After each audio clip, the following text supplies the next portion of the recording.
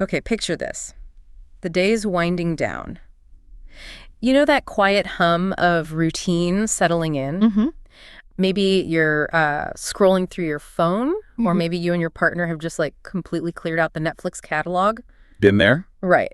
And underneath all that, there's this kind of subtle craving for something more, you know, in your connections. Yeah, that spark can feel like it's dimmed a little. Exactly. Or, okay, maybe it's not that. Maybe you're trying to make new friends as an adult, which is, let's be honest, kind of tricky. Oh, definitely. Without the usual social jitters or the dreaded small talk. Right. That initial barrier, that uncertainty in a new social place, it can be really anxiety-inducing for a lot of people, It really can. especially if you lean towards being a bit shy. It feels like a massive hurdle sometimes. How do you even start? Right. It feels like you can't just walk up to someone and ask if they're into, I don't know, competitive bird watching. I might get a funny look, yeah. You probably would. So what if the answer wasn't some, like, complicated psychological technique, but something way simpler and actually fun? I'm listening. Today we're doing a deep dive into shared hobbies. These common interests, these activities, they're not just ways to kill time. No, not at all. They're actually like powerful tools for boosting your well-being, strengthening bonds, even unlocking personal growth. Absolutely. There's a lot of depth there. So we're going to explore why they matter so much, how they actually weave that magic, and yeah, give you a bunch of practical ideas too for your next shared adventure. Sounds great. Where do we start? The why. Let's start with the why. Exactly. Why do shared hobbies punch so far above their weight? Why aren't they just about, filling time? Well, because they tackle some really common challenges head on. Things we all face in relationships in our social lives. Like what specifically? Well, for couples, think about that relationship rut. Oh, yeah. The stale phase. Right. After the initial honeymoon period wears off, we've heard from people whose evenings just become like silent scrolling or passive TV watching. Total parallel play, almost. Yeah. Or one partner's totally absorbed in their own thing. It's easy to drift into that, especially with smartphones always there. Genuine connection starts feeling like effort. It does. And shared hobbies cut right through that. They really can. But it's broader than just romantic relationships. Think about social anxiety, shyness, especially for adults trying to connect. Yeah, making friends gets harder. It does. And our sources really highlight this. Shared hobbies create this natural, low-pressure setting. It's just less intimidating to talk to people who already like the same thing you do. Because you already have something to talk about. Exactly. Right. The conversation isn't forced or dull. You're not there trying to, impress anyone. You just show up. Everyone's into the activity itself. It kind of tricks you into connecting. That's a good way to put it. It bypasses the usual awkwardness. That's brilliant, like a secret weapon for connection. Kind of, yeah. And the upsides, they go way beyond just making socializing easier, right? Let's talk about mental emotional health. Oh, definitely. This is where it gets really interesting from like a psychological perspective. Engaging in these hobbies isn't just like therapy, but cheaper. Though that's a nice bonus. Yeah. But it's actually activating similar positive pathways in the brain. You get into flow states, you reduce rumination. That negative thought spiral. Exactly. And you build a sense of mastery, which is huge for self-esteem. Things like crafting, or even those adult coloring books. They aren't just relaxing on the surface. Studies suggest they can actually shift your brain activity, move you from that high-stress beta wave state to a calmer alpha state. Wow. So it's actually like physiologically calming you down. It seems so. It's almost like gently rewiring your brain for a bit more tranquility. That's fascinating. And then connect that to the relationship side. Shared activities, they build much deeper connections, a real sense of belonging. Belonging, yeah, that's a big one. It is, because you're bonding naturally. Without that forced small talk, it leads to more meaningful chats, understanding each other's values on a deeper level. You're creating a safe space? Sort of. Precisely. A safe space to just be. And think about collaborative stuff like team sports or maybe a cooking class. Okay. You have to communicate effectively. You have to work as a team. Right. You can't cook a meal together if you're not talking. Exactly. And those skills, they don't just stay in the kitchen or on the field. They transfer directly into the relationship. Better communication, better problem solving. Even handling conflicts. Yeah, potentially. Finding common ground when things get tricky. It strengthens those emotional bonds. And it's not just what it does for the relationship, is it? It's also personal growth. Totally. Hitting a shared goal, learning something new together. Yeah. that boosts your individual confidence, your self-esteem. You learn new skills, see new perspectives. Right. Whether you're the one teaching or the one learning, it's this like positive feedback loop of enrichment. Okay, so this all sounds great, very intuitive almost. But is there like data to back this up? Oh, yeah. There's quite a bit of research, actually. For couples, one stat that jumps out is that around 65% report sharing hobbies. Okay, a majority. But here's the kicker. Of those, a huge 87% report higher relationship satisfaction because of it. 87%. Yeah, it's significant. And researchers think it's not just correlation, it's causation. Shared hobbies build what some psychologists call shared identity capital. Shared identity capital, what's that? It's like the emotional and practical resources you build up together, the shared memories, the inside jokes, the skills you learn side by side. It's like compound interest for the relationship bond. That's a great analogy, compound interest for your relationship. And on the flip side, no common interests is actually cited pretty often as a major reason for divorce. Really? Yeah. It really underscores that while attraction is important, it's those shared interests, that shared life, that can really sustain a partnership long term. Okay, so the why is pretty compelling. Combats ruts, eases anxiety, builds deeper bonds, good for you, good for the relationship. Check, check, and check. So now the how.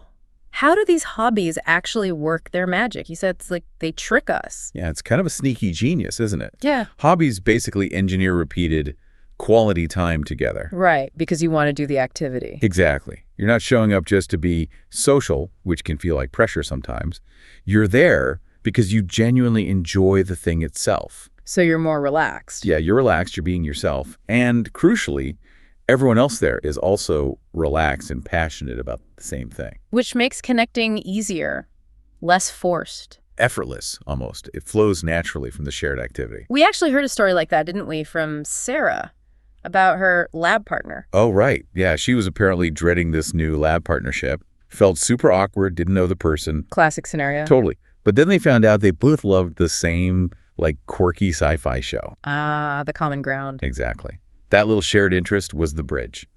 Suddenly they're laughing, talking plot theories. And then probably other stuff too. Yeah, eventually sharing more personal things. All because of a TV show. It just highlights how often we all think we're the awkward one. So true. And hobbies create that space where you don't need to perform or impress. Just show up, do the thing you love. The conversation takes care of itself. That brings up a really key point, though, something the sources went deep on, the nuance of it all in relationships. Yes. It's not just what you do. Right. It's how you do it together. Both people need to actually respect and support the interest. That's critical. We heard that cautionary tale, remember? The skiing couple. Oh, yeah. One partner was practically semi-pro skiing like 6 months a year. Loved it. Lived for it. And the other partner, quote, barely survived one try on the bunny slopes. Yeah. That kind of extreme mismatch in passion, if you don't navigate it carefully, can actually drive a wedge. So you don't have to be perfectly matched. No, definitely not. But you need to be close enough or find aspects of it that you can genuinely enjoy together. You shouldn't feel like a chore for one person. Okay, that makes sense. So how do you actually like cultivate these things, make them work? Well, it starts with open communication, obviously. Yeah. Talking about what you might both enjoy. And being willing to explore, right? Okay. Try new things, Yeah. step outside the comfort zone a bit. Absolutely. Exploration is key. And then, practically speaking, you need to dedicate time to it. Schedule it in. Yeah, literally put it on the calendar if you have to. Regular outings, specific days, make it a priority. And show up with enthusiasm. Genuine enthusiasm. Actively sense. participate. And if challenges pop up, because they might, Sure. approach them with patience, empathy, talk it through. Find compromises that work for both of you. The goal is genuine shared enjoyment. Not forced fun. Exactly. Not forced is the magic ingredient. Okay, so we get the why, we get the how. Right. Now for the fun part, the what. What kinds of things are we actually talking about? The possibilities must be huge. Oh, endless. Our sources were packed with ideas. You can break them down, sort of. Like outdoor and active stuff. Okay, yeah, like hiking. Hiking, definitely. But also things like bird watching, which needs quiet focus together. Or stargazing. Gardening is huge for mood boosting. I've heard that. Gets you moving, too. Totally. Nature walks, identifying plants, camping, getting away from tech, ballroom dancing. Ooh, intimate. Yeah. Challenging, too. Rock climbing, Great workout, way more fun than a treadmill for some. Right. Running together, biking, fitness classes, even yoga or Tai Chi for stress relief. Lots of physical options. What about less strenuous stuff? Learning, maybe. Loads. Book clubs, great for communication. Following a podcast together. Hey, like this one. Huh? Maybe. Creates mutual interest, sparks dialogue. Virtual museum tours are cool now, too. Learning a new language together, that's a big one, brings novelty. Keeps things fresh. Exactly. Crossword puzzles, learning an instrument, volunteering for a cause you both believe in, even chess or digging into family history. Wow, okay, so active, learning. What about just, like, cozy indoor stuff? Plenty of that, too. Okay. Playing cards, screen-free competition, virtual wine tasting. I like the sound of that. Learn something, strengthen the bond. Starting a collection, coins, stamps, whatever. Baking sourdough was mentioned. Apparently quite intimate. They said it. Okay. Board games are fantastic for adults. Yeah. Brings back that sense of play. Even reorganizing a room together, tackling a project. Cooking together definitely counts. Oh, absolutely. Teamwork, passion. Virtual escape rooms are fun too. Dominoes, beer brewing, jigsaw puzzles, even video games, collaborative or competitive. Tarot card reading. That could spark conversation. For sure. Meditating together, connecting in the present. And creative pursuits. Tons. Adult coloring for anxiety relief. Yeah. General crafting, knitting, pottery, whatever. Tie-dyeing, painting side by side. Calming, romantic, maybe. Yeah.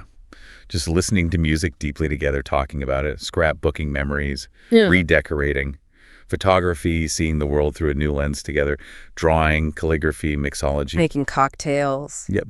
Even upcycling old stuff. The list just goes on and on. It really does. It's less about the specific activity, more about the sharing. That's the core of it. Find what sparks joy and connection for you together. So once you have an idea, or maybe a few, Yeah. how do you find your people if you're looking for a group, say? Good question. Online is huge now, obviously. Platforms like Meetup, Facebook groups dedicated to hobbies, even specific Reddit subreddits. Search by interest and location. Right, digital communities. But don't forget the physical world. Check local community boards, libraries, coffee shops, community centers often have flyers. Old school but effective. Yeah. Hobby stores themselves are great resources. They often know about local clubs or might have a bulletin board. Local fairs and festivals, two good places to just chat with people who share interests. And what if you can't find the perfect group? Start your own. Seriously. Define what you want the group to be, maybe set a few simple rules, and then promote it online, locally. You might be surprised who shows up. That's empowering. And it really doesn't matter how old you are, right? Not at all. There are options for every age, every personality, every interest imaginable. Okay, so wrapping this all up, what's the big takeaway from this deep dive? I think the main thing is that shared hobbies are just so much more than filler. They're like these quiet superheroes of human connection. Unsung superheroes. I like that. Yeah. They're weaving this stronger fabric for our relationships, for our individual lives, often without us even realizing the full impact. They're a path out of loneliness, a way to find belonging. Exactly. And experience more joy, growth, real connection. It makes me think about the strongest relationships you see, friendships or partnerships. They often don't feel like work, do they? Because they're built on all those shared moments, the laughter, even the little struggles you overcome together doing something you both enjoy. That's beautifully put. It reminds me of that D.H. Lawrence quote, something like, I want us to be together without bothering about ourselves, to be really together because we are together, as if it were a phenomenon. Not a thing we have to maintain by our own effort. Yeah, that's powerful.